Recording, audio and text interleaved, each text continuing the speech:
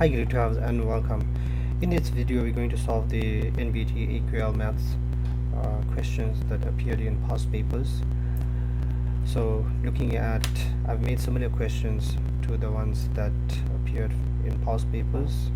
So looking at the first question, find the approximate size of the angle between the lines. So if you want to find this angle here, you can clearly see that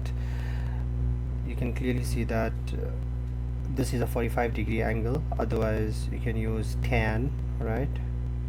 And you know tan theta is opposite over adjacent. Remember these are square blocks, so it's 1 by 1. Tan theta is equal to 2 over 2, which is basically equal to 1. So theta is equal to 45 degrees. How we get 45 degrees is we have to find tan inverse, right? So I've made similar questions. Looking at question number 2, right, the second question, find the approximate size of the angle between the lines. So to find the angle between the lines, which is this angle theta here, now we're going to say tan theta is equal to we have to see what this value here is. It's just above 1.5, right? And it's important to note some values that you need to know. You need to know that square root of 2 is approximately 1.4, and square root of 3 is approximately 1.7, right?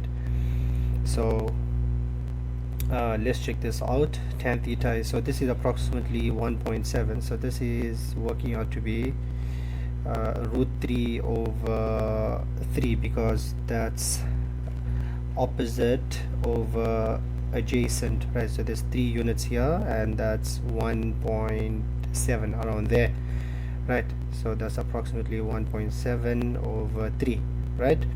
And how are we going to get root 3 over 3? Root 3 over 3 is the same thing as saying if you multiply by root 3 is the same thing as saying 1 over the square root of 3. Why? Because if we rationalize the numerator, we want to see it in this form, right? So root 3 over root 3, you can see the root 3 times root 3 is 3, and the 3 cancels out, is 1 over root 3. So if you remember your 30-60 triangle, right? In the triangle we know sine 30 is half, so that's root 3, 1 over root 3 is 30 degrees. So this answer should be 30 degrees. Moving on to the next question, similar question like that, right?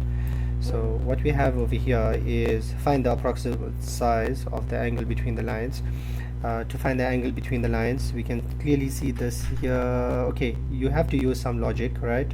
So we know this is a 45-degree line. Try to draw a 45-degree line, right? We know that's a 45-degree line. Let me draw a good line for you, right? So 45-degree line.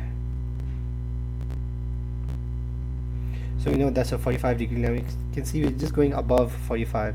So let's observe this point here. That's a root 3, right? Because that's approximately 1.7, right? And this height is, this distance here is 1.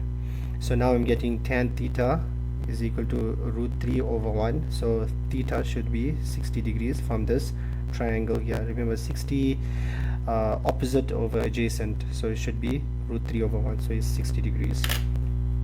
So that answer should be A. I hope you guys are understanding. Alright, and finally the last question, right? So we're going to use these types of construction lines to check how many degrees is this angle theta here. So I know this is a 45-degree line, right? It's going through the origin, right? What I mean by the origin is this point here, right? That's a 45-degree line, and we also know that the 30-degree line is somewhere around here, okay? Sorry, somewhere around there, okay?